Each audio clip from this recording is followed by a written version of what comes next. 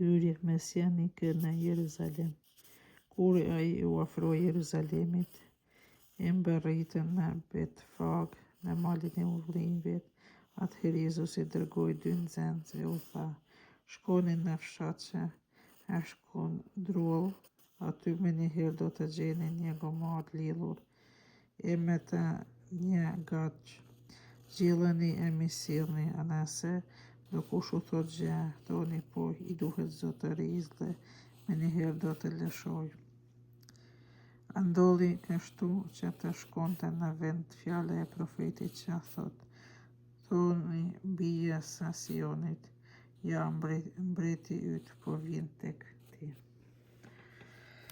I but kaluar mbi gomar, e mbi gaç zog të gomarës. Nxënësit shkuan e bënin siç u urdhëroi Jezusi, sollën gomarin e korriqit mbi tavun petkat e veta. Jezusi hypi mbi to. Moria e popullit shtroi petkat e veta gjatë rrugës, e tjerë thenin deg lisash dhe i qitnin rrugës, e populli që shkonte para e pas tij brohoriste: Hosana birit të Davidit, bekuar qoftë ai që vjen në emrin të Zotit, Hosana qiell më të lartë. Kur Jezusi hyri në Jeruzalem, barë qyteti u qua në këmbë dhe pyeste kush është. E turma i përgjigje: ky është profeti Jezusit dhe Nazaretit të Galilejës. Jezusi i dëboi tregtarët nga tempulli. Pastaj Jezusi hyri në tempull dhe i dëboi të gjithë ata që shitnin e blenin në tempull, këmbëbyesve të hollave tua, përmbysi tavolinat e shitësve të pëllumbavet, bankat, dhe u tha: shkrimi i shenjtë thot: shtëpia ime do të jetë shtëpi urate, ndërsa ju po shndroni në shpellë cubash. Në tempullin ju paraqitën të verbët të qalë dhe i shëroi. Kur kryepriftet e skribet e panë në mrekullinë që bëri dhe djelmoshat që po brohorisnin në tempull: Hosana birit të Davidit, u zemëruan dhe i thanë: apo dëgjon ç'po thonë këta? Po si jo, ju përgjigj Jezusi, po ju a e kur nuk keni lexuar? Prej se fal foshnjave e të ferishteve ju përgatitë lavdi vetes. Atëherë i la dolin nga qyteti dhe shkuan në Betani dhe atje e kaloi natën.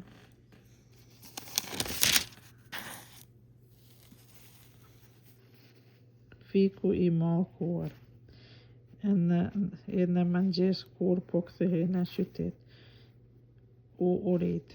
Për gjatë rrugës pa një fik duke iu afruar, por së pasi me të nuk gjeti tjetër përveç gjethesh, i tha: kokër më prej tejet, kur e përjet mos u lidh. Dhe menjëherë u tha fiku. Nxënësit kur e pan këtë gjë, u habitën e thanë: si mundi të thohej aq? Menjëherë fiku. Jezusi u përgjigji: për të vërtet po ju them, në paçi feje dhe në mos dyshoshin do të bëni jo vetëm sa ju bë fikut, por edhe nëse i thoni këtij mali qohu e hidhu në det, do të bëhet ashtu. Dhe nëse besoni, do të fitoni gjithçka të kërkoni me urat. Pushtetin i Jezusit. Kur Jezusi hyri në tempull, e aty po mësonte, ju afrua kryepriftit e pleqët e popullit dhe i thanë: me ç'pushtet je duke bërë kështu? Kush ta dha këtë pushtet? Ai u përgjigj: edhe unë do të bëj një pushtet pyetjet e vetme nëse ju me përgjigjni edhe vetë do të t'ju tregoj me ç'pushtet i bën këto. Nga ishte pagëzimi i gjonit, nga qielli apo nga njerëzit, por ata mendonin në vete, në qoftë se temin nga qielli, ai do të na thot përse atëherë nuk i besuan. E nëse i përgjigjemi prej njerëzve të kemi frikë popullin, sepse të gjitha mbajmë gjonin profet. Atëherë ju përgjigj, nuk dim as unë pra, u thaj, s'po të tregoj me ç'pushtet i bën këto vepra. Shembulltyra e 2 djemve. Me thoni si e mendoni këtë gjë, njeri kishte 2 djem. Ju drejtua së parit e i tha, biro, dil sot e punon në vresht. E ai i përgjigji, nuk dua. Pastaj ndërroi mendimin dhe shkoi. Atëherë ju drejtua të dytit, po ashtu e ju përgjigj, po shkoj. Im Zot, por nuk shkoi. Cili prej të dyve i kreu vullnetin e atë, i than i pari, Benjamin, po ju them, vazhdoi Jezusi ta grëmbëllësit e laviret para jush hynë në mbretërinë e Hyjut, sepse erdhi gjoni ndër ju ullën së drejtësisë e ju nuk i besuat. Ta grëmbëllësit e laviret i besuan, ndërsa ju edhe pasi i pat këto nuk u pendullë t'i besuar. Shëmbëlltyra e vreshtarëve gjakësor. Dëgjoni shëmbëlltyrën e tjetër. Ishte një zët shtëpie që kishte mbjell një vresht, e thuri me gardë, punoi shtryllisin e rrushit, ndërtoi kullën, ulla vreshtarëve ta punojnë për gjysmë dhe shkoi në vend të huaj. Kur u afro koha e të vjelave, dërgoi të vreshtarët shërbëtorët e vet për të marrë frutin që i takonte. Vreshtarët i kapën shërbëtorët, njërin e rrahën, një tjetër e mbytën e një tjetër e vranë me gur. Prap dërgoi shërbëtorin të tjerë me shumë se të parët, por se edhe atyre u bën ashtu. Në fund dërgoi të birin duke menduar, do të kenë nderim ndaj djalit tim.